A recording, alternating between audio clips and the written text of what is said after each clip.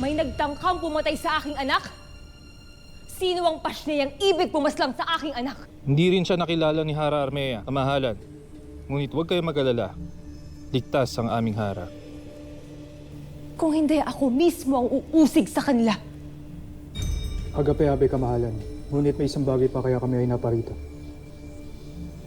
Magsabi ka. Ipinapatawag ng mahal na Hara si Nunong Imaw upang malaman kung sino ang salarin. Kaya kailangan na namin magtungo sa Damya. Narito si Imaw. Mga kawal, samahan niyo sila patungo kay Imaw. Ngayon din. Susunod ba na tayo?